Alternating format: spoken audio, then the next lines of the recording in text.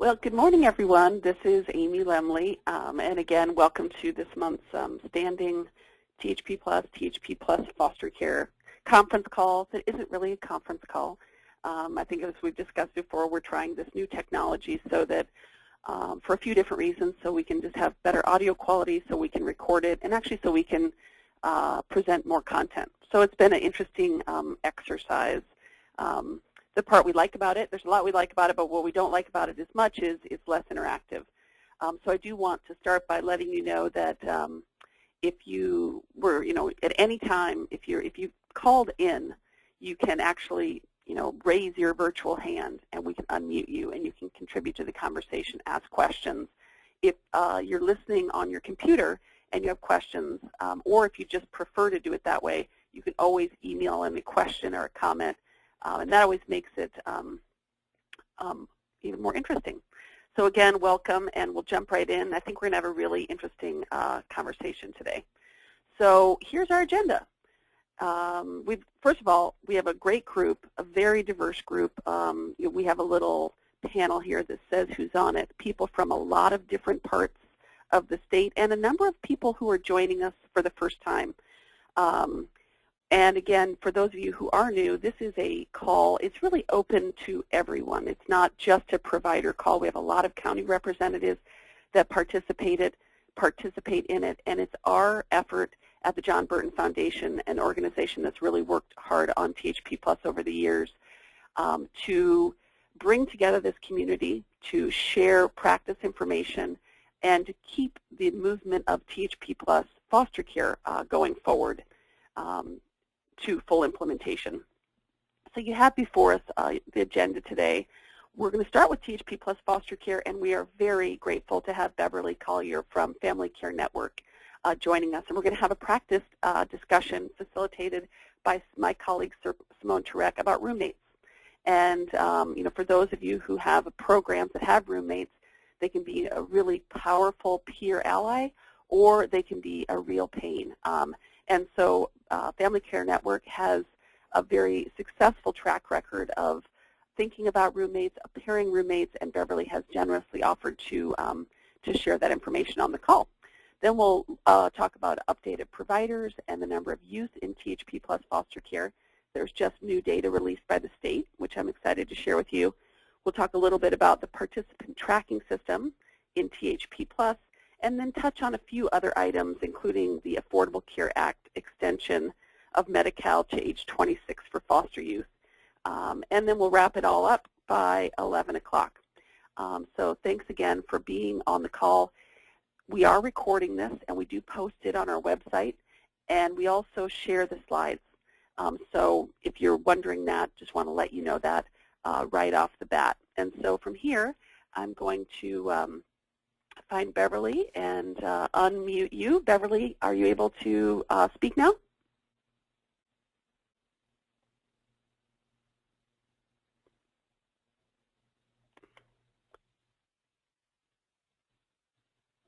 It looks like, Beverly, you maybe didn't call in, but you are listening on your computer. So you actually need to call in to be able to speak on the presentation.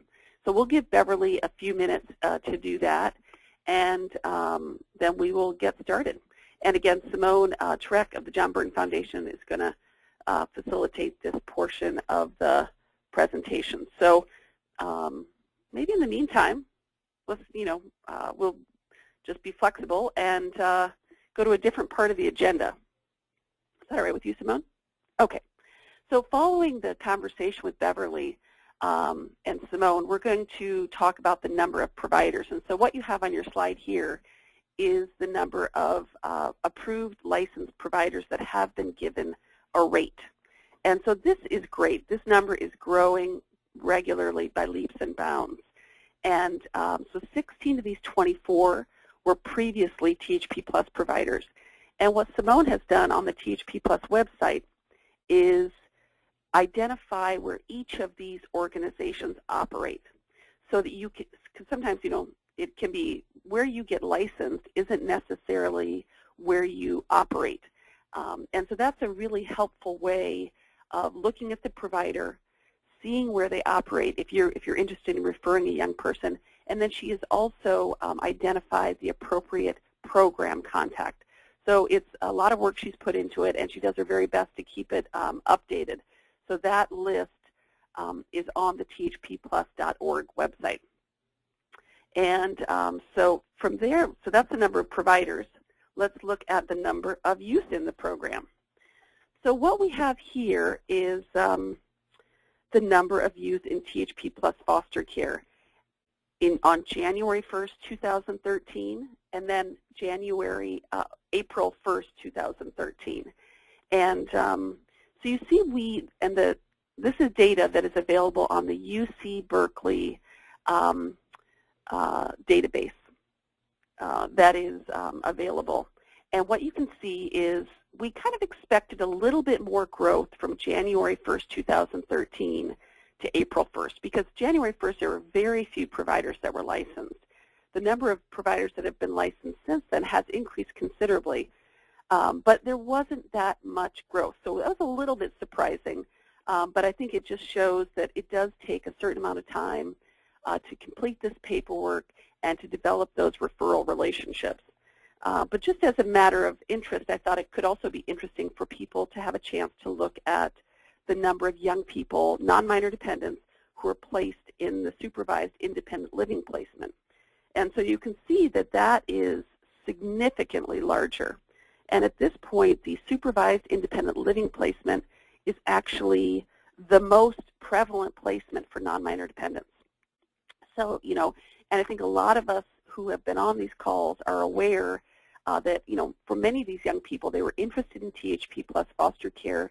The administrative process was not complete. Providers weren't up and running. But now, with 24 licensed providers pretty much across the state, we're expecting to see more growth, or I would say probably a faster growth in the number of young people in THP Plus foster care.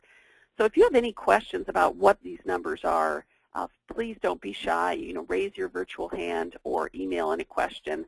And all of this information is publicly available. It's all available at the UC Berkeley interactive database. And so here's a little breakdown of who is in THP Plus, as of April 1st, 2013. I presented data on this last time, but it was for January 1st. And what we have is a predominance of young women, many more young women who are in the program than young men, and that's consistent with last time. So that's interesting. Ethnicity, you've got a breakdown right there. And then the court status. So most young people right now in THP Plus foster care are dependents, and then about 1 in 10 are coming from the juvenile probation system. And this is consistent with THP Plus. We track this in the participant tracking system, and so this is very much on par with what we see in THP Plus. So a little bit more information we'll share, and this is what counties are placing youth in THP Plus foster care. So again, this is a description of the 161 young people, what counties are they from? And so here we have it. We have Alameda County, and this isn't surprising because one of the very first provider, Bay Area Youth Center, is from Alameda County. A number of early implementers were from Alameda County, and then you can kind of go down the counties and see how many young people from that county have been placed in THP Plus. And then if the county is not listed, that means that as of this date, April 1st, 2013, no young people from that county were placed in THP Plus foster care. So what is important to note is this is a snapshot. There may have been a young person from another county who was placed in THP Plus, but they weren't as of that date. This information is a snapshot on April 1st, 2013. There were 161 young people in THP Plus foster care, and here is where they were from. So again, we're going to track this over time, and definitely hope that that we see more numbers, and that we see more numbers in very high population counties, specifically Los Angeles County, San Diego County, Riverside County, San Bernardino County. These are counties, obviously Alameda County. These are, the young people are not distributed equally in 58 counties. About 6 counties account for 85% of the children and youth in foster care. So we're really hoping to see a growth in capacity in those larger counties. So let's pause here and give people a chance to ask any questions they may have about this information.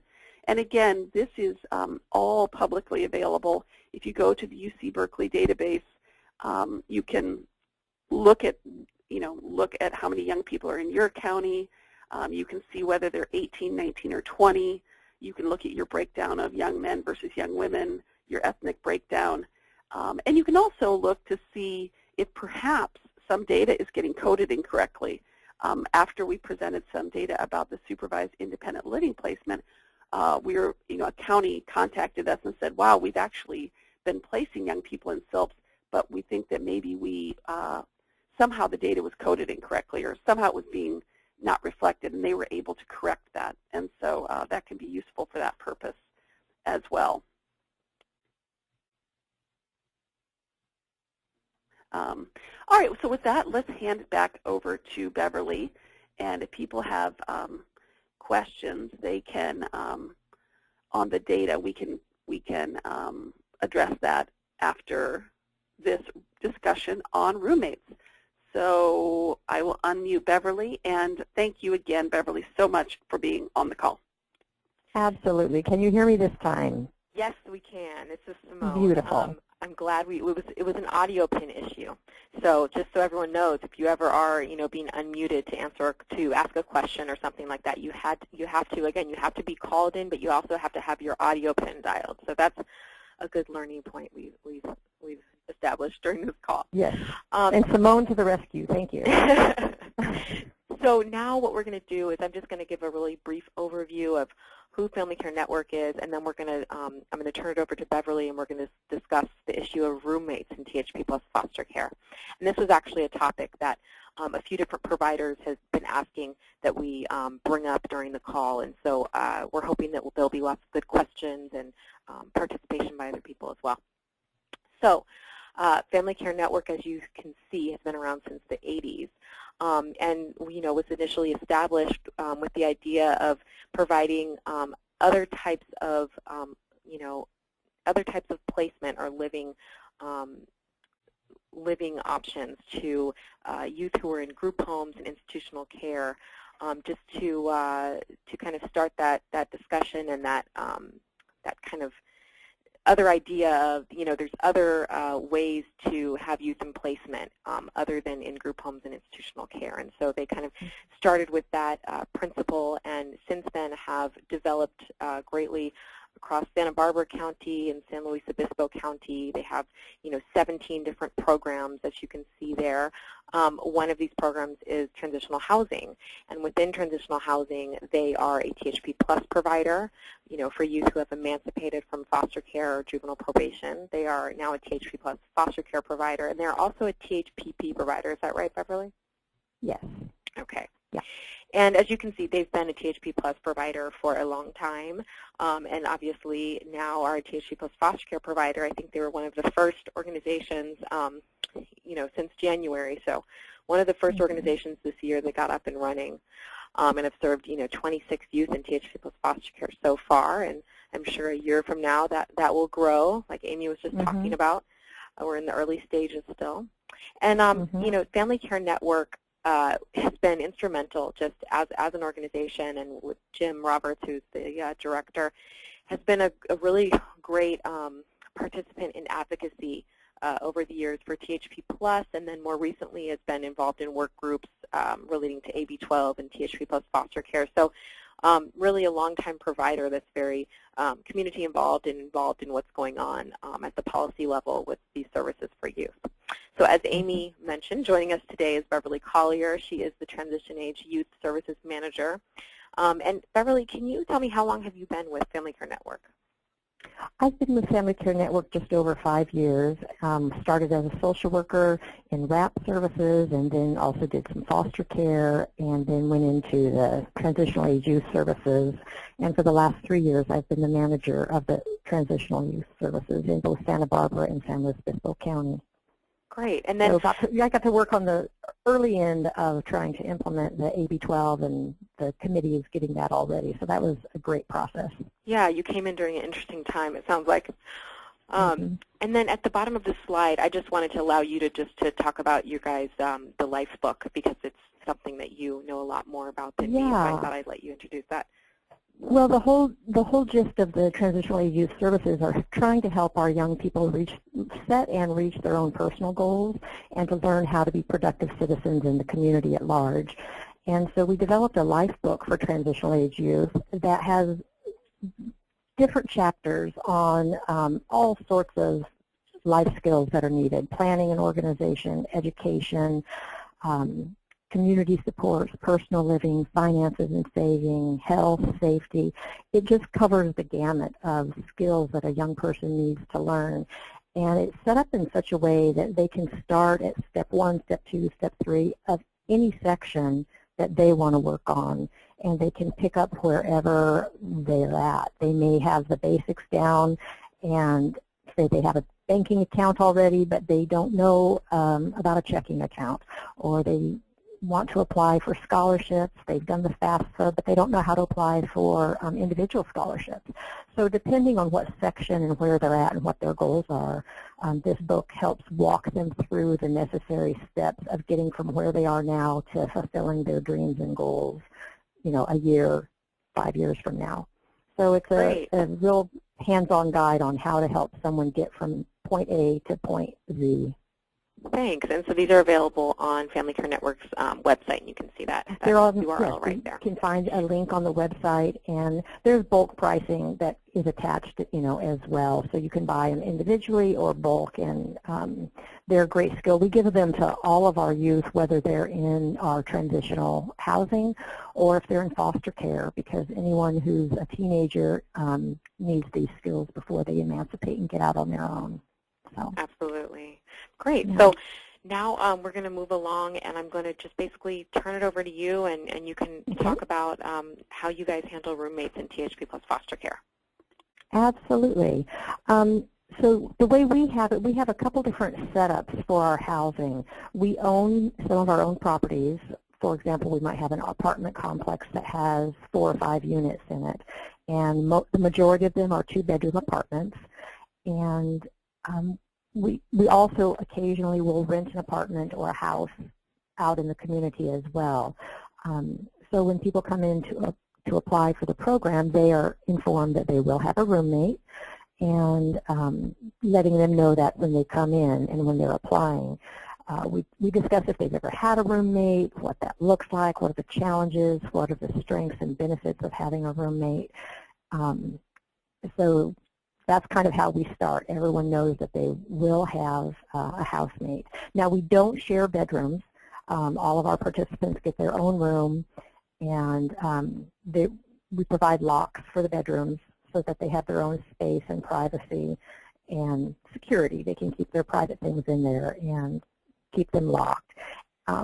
One of the things that we do is if someone comes into one of our apartments and they're move in, and they don't have a roommate yet, they do not have access to the other bedroom, because we want them to be aware that their living circumstance is, what they can afford is a 1-bedroom apartment, and unless they have a roommate, they don't have access to that second bedroom.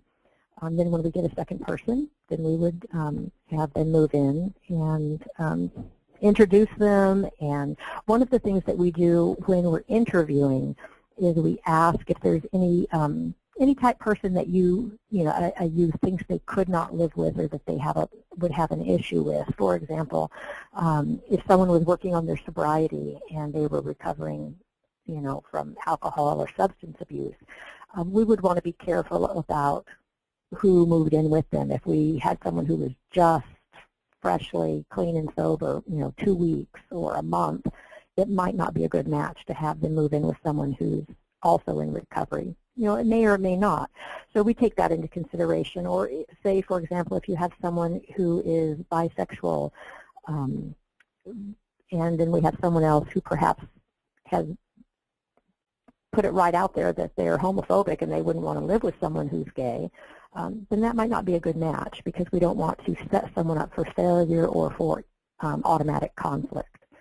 So we try to be careful with that kind of thing, whether it's religious beliefs or sexual preference or any of that kind of stuff.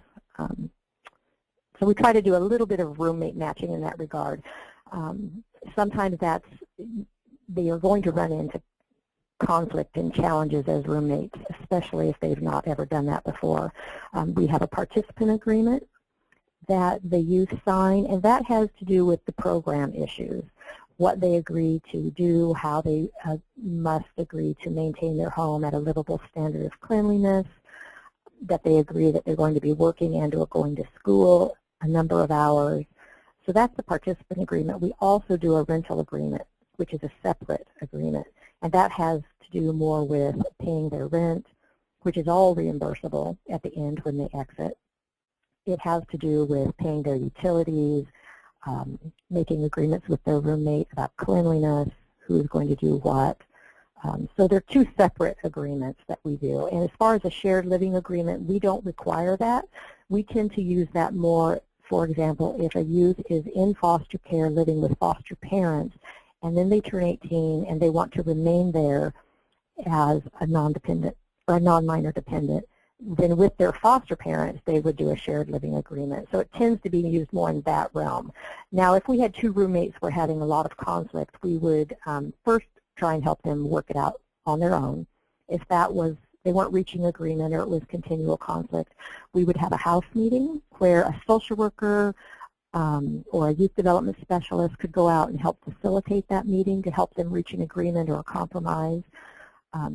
If they have lots of conflict and that's not working, then perhaps myself, sometimes I go out and help facilitate. And part of the reason for that is we have lots of staff. Most of our staff have master's degrees, but everyone has a different area of expertise.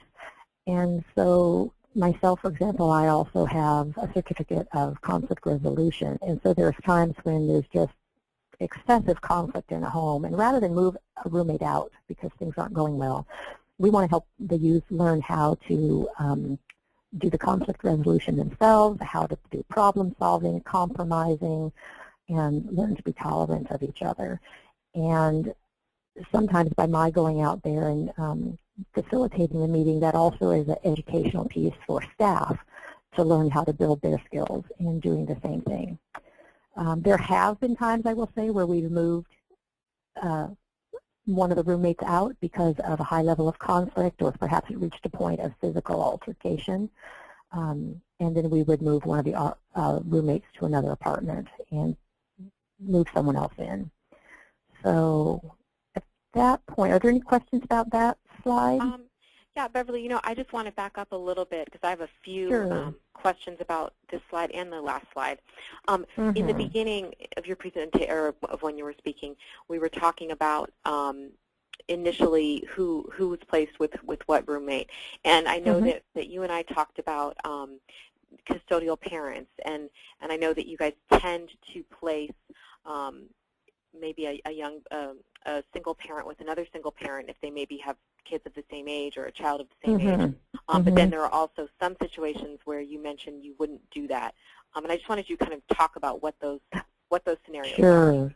Sure. For example, we have a young parent. In this instance, we'll say it's a mother with an infant living in one of the apartments, and there's another room. Her baby resides in her room with her, and then we have another room available. We would try to put in another young parenting person, or perhaps someone who is pregnant and going to be having a baby, because at this age, not everyone wants to live in a family situation or in a situation where there's young children. So we try to match the single parents in the same apartment. Sometimes that works.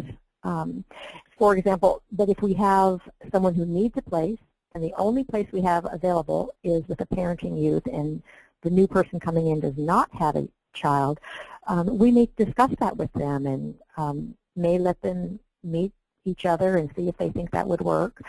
And if they say, yes, I really need a place to live, college is starting, I need to get in, we'll say, okay, and we'll move them in. And we might say, okay, we will watch for the next opening and offer it to you in an apartment where there's not children. And it may be a couple months, and then we'll come back and say, we have an apartment. And sometimes they say, yeah, great, I'm ready, I want to move out. Because they want to do more of the young thing and the college age kind of thing and not be with someone who's parenting. So, but there's times when we don't do it. For example, we had a young lady who had a toddler, and he was developmentally delayed and had some real behavioral challenges and was active with Tri-County Services for his developmental issues and behavioral issues. It wasn't appropriate to have her and her son have a roommate, so we just let her have the 2-bedroom apartment. She still doesn't use the 2nd bedroom because that would be setting up an unrealistic situation for what she can afford, but she does not have a roommate. So that's one example of where we don't have there be a roommate. Okay. So we're just advancing here to some questions, some follow-up questions we had, and then we do have a couple questions that people are asking on the phone here. So first, I want to this goes back to issues of again placing roommates with roommates.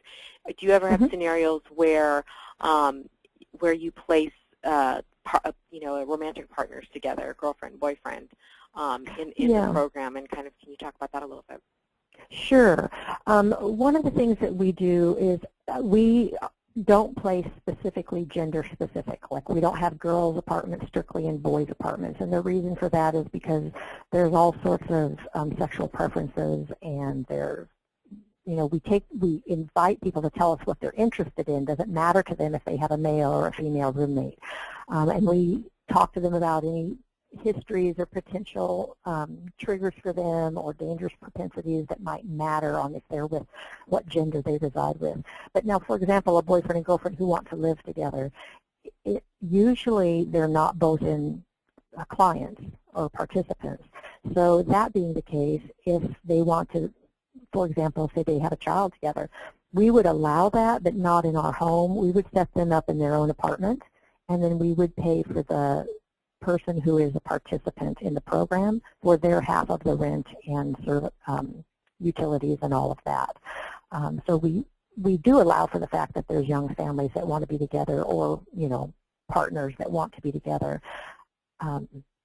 But we don't do that in our apartments for the main reason that they're setting up a family, and we're trying to set them up in a way that they can sustain after services have ended.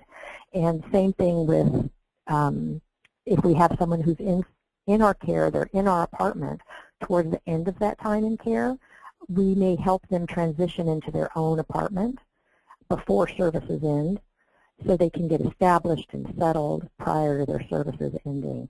But as for the boyfriend and girlfriend or significant other living together in the same apartment, they would have to have an off-site apartment of their own for us to participate in that.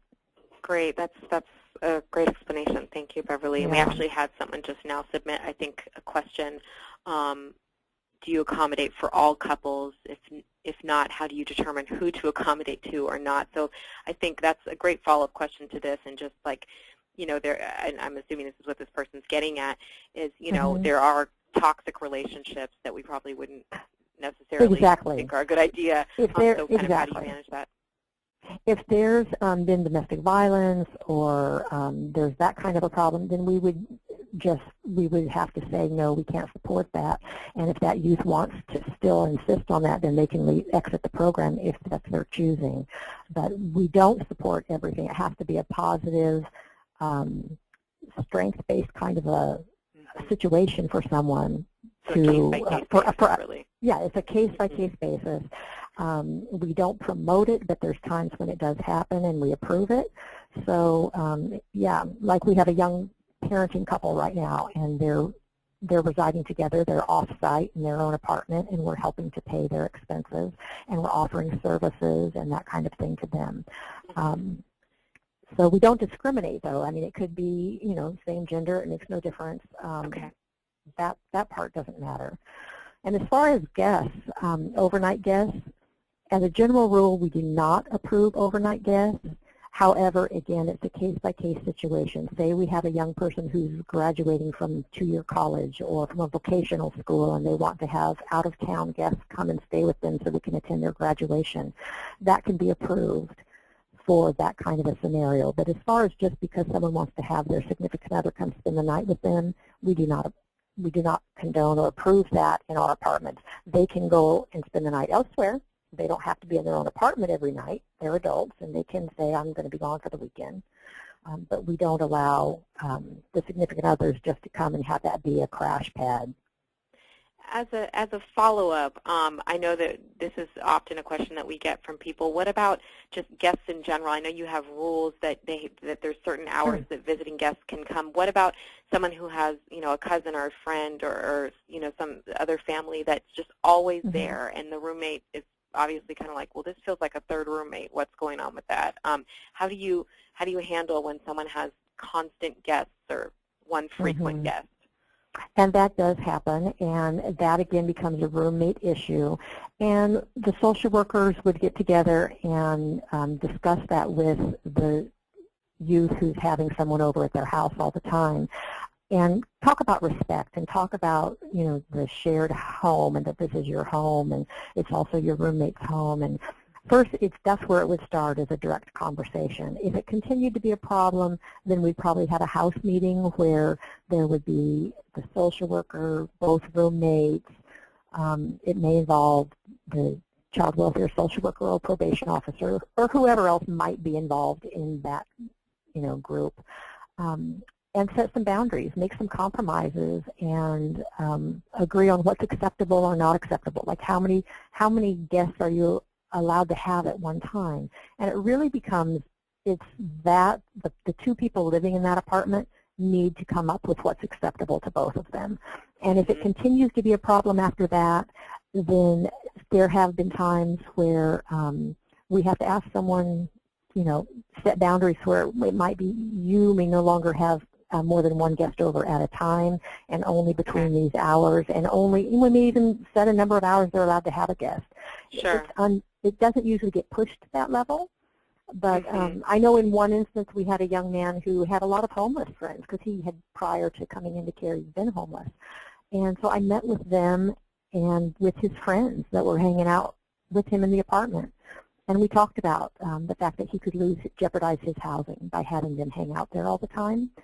And so we just had a really good conversation, and that took care of it. They started to hang out elsewhere. So we just do what we need to, and we keep doing it until the problem's handled.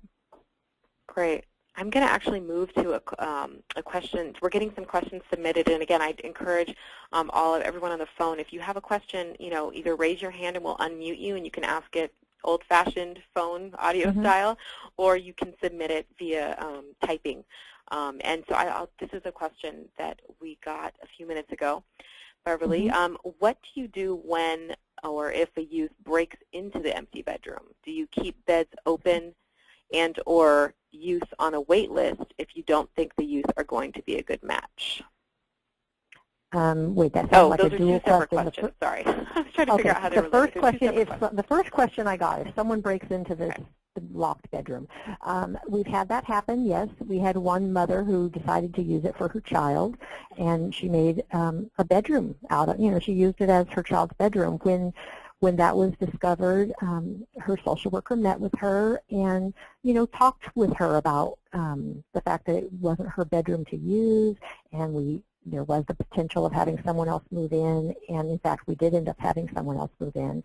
But even without having someone there, we had to set the limit that was not her bedroom to use, and she needed to move out, and we'd be more than glad to give her what was a reasonable time frame, and then really kind of empathize with her too, that how nice it would be to have a two-bedroom apartment, and what can you do for yourself between now and when you're done with your services here to be able to get what you want. And so really it's about recognizing the reason why someone's doing that, and then helping them set their goal and obtain it in the correct manner.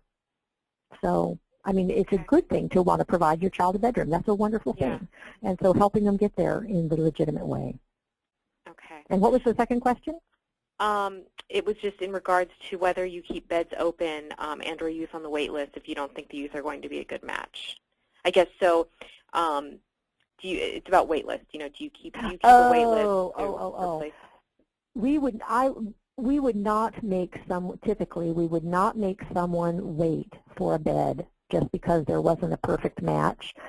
Now, if it was a safety issue, that's a different story. But if it's just because someone said, I don't think I really want to live with that person, or it would be, well, they need a place to live, and we are going to work on helping you guys be able to get along. So, no, we would not keep someone waiting just because it was someone's preference, But Okay. the person on the wait list now may choose, we may say we only have a place in Arroyo Grande, which is the south part of San Luis Obispo, and maybe they want to be in the north part of San Luis Obispo. Yeah. We may say we have this apartment available. We can move you in now, or you can wait for one in North County, and that's their choice. Yeah. Oh, okay. Great. So anybody else have questions? I'm just looking here. We have a couple more submitted. It looks like, you know what, I want to do one more question on here. How do you handle financial responsibilities between roommates? This is another question that we get often. I'm glad you brought that up because I wanted to touch on that on the last slide before we left, which one is, for example, the utility bills. If someone's living there, they may have all the utility bills in their name, and then another roommate moves in. So then they're going to split the bill, but the utilities may be in one person's name. There's a couple ways that the roommates choose to handle that. Sometimes someone keeps all the utilities in their name and the other person just pays their half to the roommate. Sometimes one roommate will take the PG&E, the electric bill, and the other one will take the gas bill. It just depends on how they want to work it out. One of the things that we do is if someone is a non-paying, say they're late on their bills or they're not paying for their bills, and they move out or they leave, then the roommate that remains, we don't allow them to get stuck with the bill. They will pay their half of the bill, and one of two things happen. The person who's moved out or who hasn't been paying their bills, they have an emancipation fund, and before we give them their emancipation fund that has all their rent and their savings match, because we do a savings match program, all of the money that's going to be coming back to them. First is we deduct from it any damages that they did and any unpaid bills. And then we would give them their check. And if they don't have enough to cover that, because there's a minimum that they leave with whether or not they have debts, because we don't want to send them away with nothing. So if they don't have more than the minimum, then Family Care Network will take that loss and pay for half of the utility bills or whatever it is so the other roommate doesn't get stuck with it. Okay. Thank you. So I have one last, this is a great question. We have, a number of county workers on the call here, and, we know the county is a great partner, and we want to know here, when do you pull in county social workers, I guess, or probation officers would be the question. Under what circumstances are the workers pulled into situations with roommates?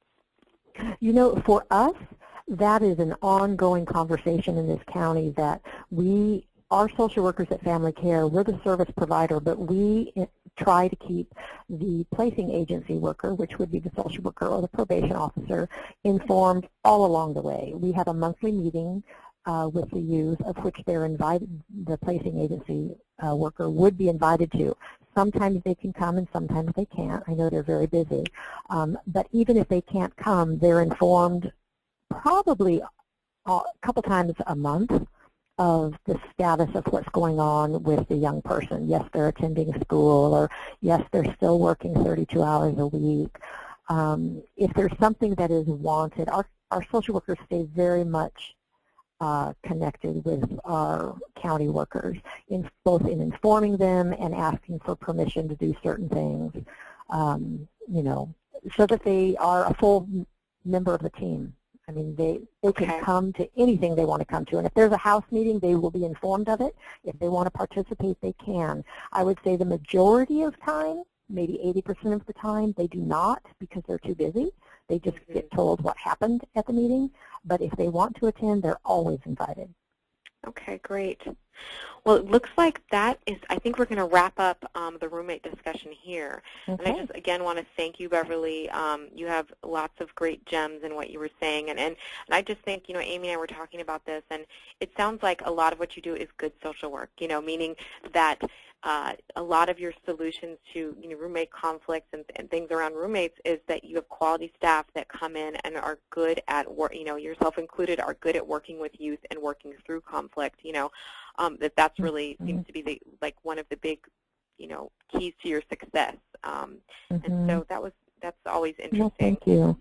Well, usually when the youth have there's conflict or some behavior that's not working, it's usually tied to one of three things. It's either a goal that they're frustrated about not reaching, so we can help them find a way to reach it, or it's about substance abuse or mental health, and we can give them referrals that are needed for help in those areas. So anyway, thank you for letting me participate. I enjoyed it. Thanks so much. And now we're going to move the conversation along, and I know we went a bit out of order, so we're kind of all over the place on our agenda. We are going to land on the Affordable Care Act, and Amy is going to discuss a little bit about that extended Medi-Cal. Thanks, Simone, and thank you also, Beverly. What I love when I hear you talk is how it's clear how you're really trying to accommodate the young people as individuals, and which is hard in a program where decisions are often held, side by side, and compared by youth. But that accommodation, and I think is so important for young people to be seen as individuals and treated as individuals. And so, again, thank you for being on the call. Absolutely, and thank you. So we're going to talk about the Affordable Care Act, a little bit different topic, but so I think we probably all of you know that a big part of, or a part, it's not a big part, but a part of the Affordable Care Act, otherwise known as Obamacare, and recently embraced by Obama as Obamacare, does extend Medi-Cal to any youth who is in foster care on their 18th birthday, and it extends it to age 26. So this is really exciting. And this clearly is every young person in THP+, and every young person that's in THP+ foster care. And a lot of times we think, oh, well, young people are healthy, but the safety net is so thin for these young people. One major health problem that's not treated proactively can really be their downfall. So for them to have Medi-Cal, full scope Medi-Cal, till age 26, till an age when they may be able to get their footing professionally and educationally is really a huge resource. So the federal option goes into place on January 1st, 2014.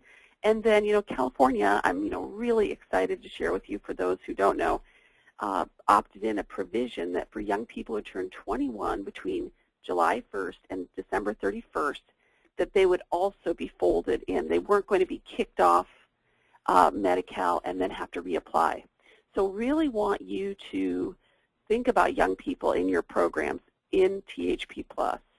And if you have a young person turning 21 between July 1st and December 31st, that extension till 26 is supposed to be automatic. They're not supposed to be kicked off or, discontinued. I'll use a different, more soft word, and then have to reapply.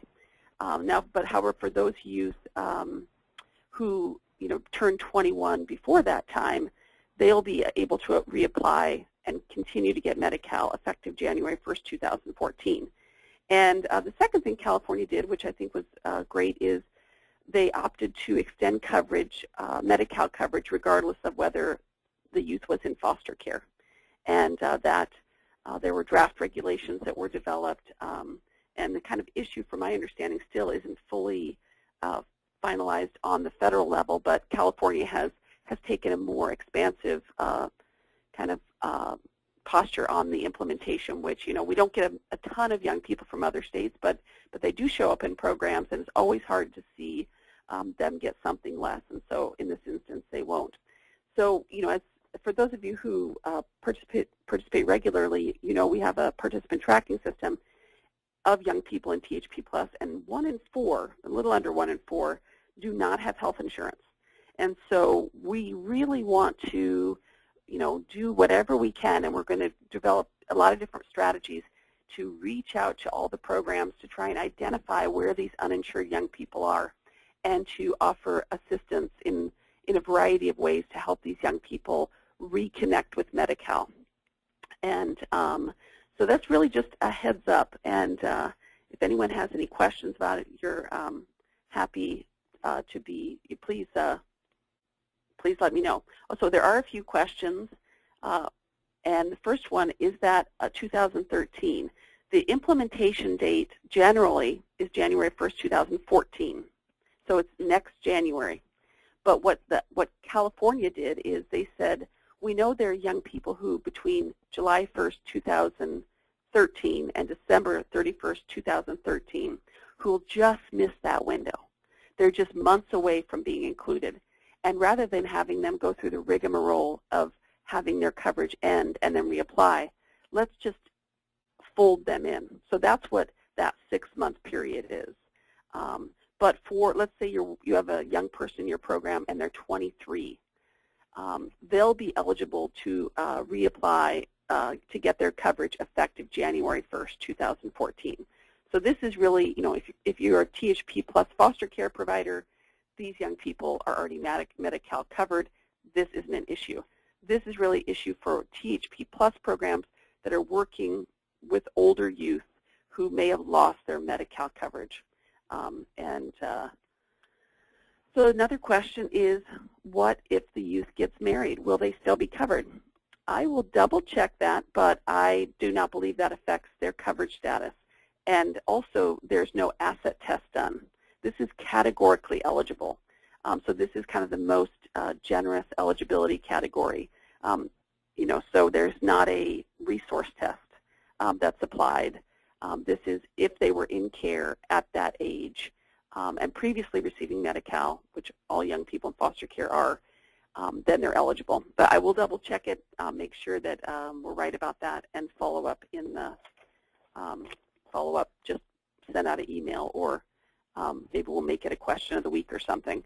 And then one thing that was a question of the week is a question that came in about whether these young people will be EPSDT eligible, and so for the enhanced mental health services. And so nothing about EPSDT eligibility changed. If they're 21 and under, they're still eligible, but it doesn't expand EPSDT eligibility till age 26 for foster youth. So that still cuts off at age 21. But what they get from 21 to 26 is still a wonderful health benefit, which is Medi-Cal. All right, another quick question. So if they were care on their 18th birthday, are they eligible to apply on January 1st? Yes.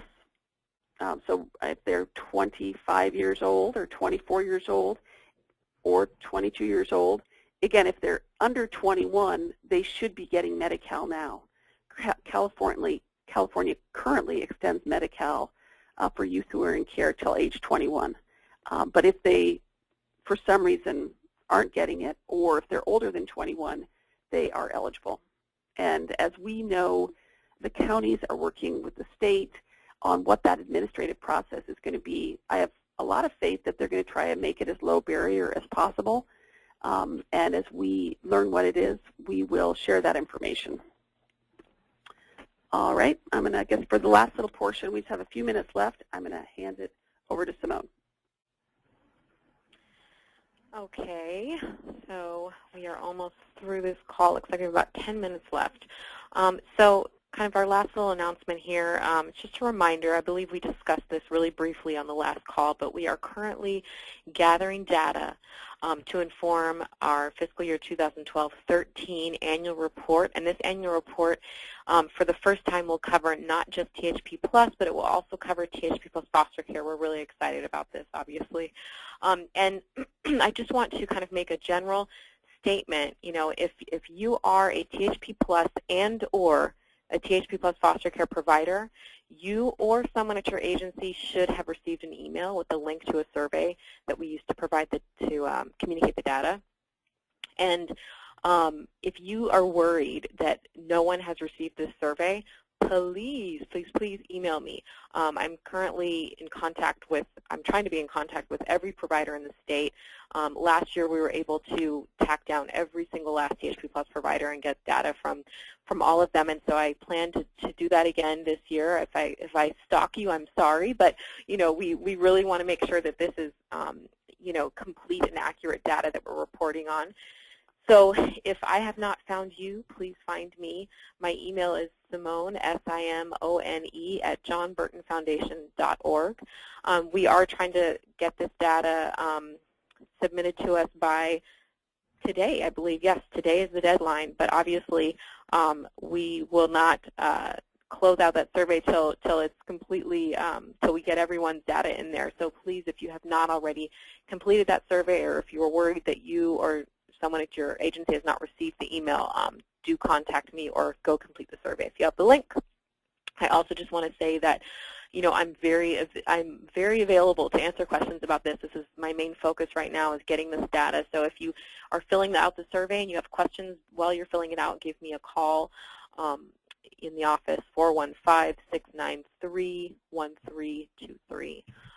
And past reports are available on the THP+ website.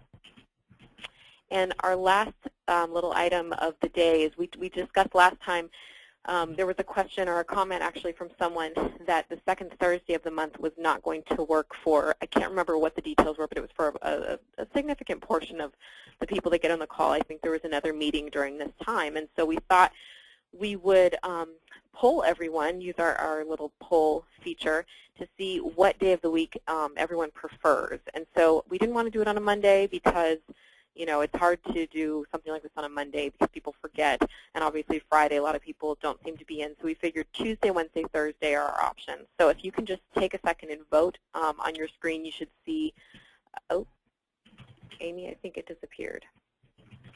If you can somehow relaunch it, or it disappeared from my screen at least. Oh, there we go. Okay, so, uh-oh.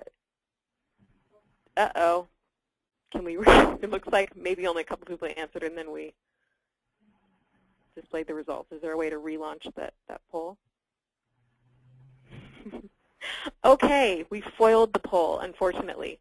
I think what we'll do is we'll just, we'll hold off on that for now. We'll try that again. We'll try that again at our next meeting. However, or our next call rather, our August call is going to be canceled. We figured a lot of people would be on vacation. Amy and I happen to both be going on vacation that month, each taking a week off. So it would be a hard month to hold a call.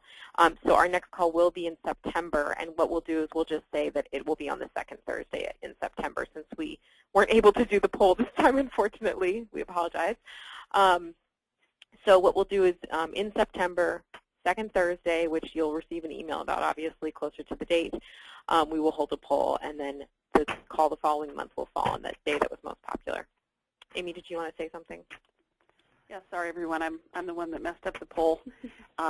It's always got to be something with GoToWebinar. We always think maybe this will be the one where there's no technical problem, but this time it wasn't a technical problem, it was just me. I just want to just take a moment before we sign off to see if anyone wants to raise anything particular or ask any type of question. Like I said, the positive side is I think we're able to present more content, but it's not as interactive as a call. And so we'll just give that a moment. And it looks like that's not the case. So I think with that, we'll wrap it up. And thanks everyone for being on the call. And we won't talk to you in August, but we will talk to you in September. And of course,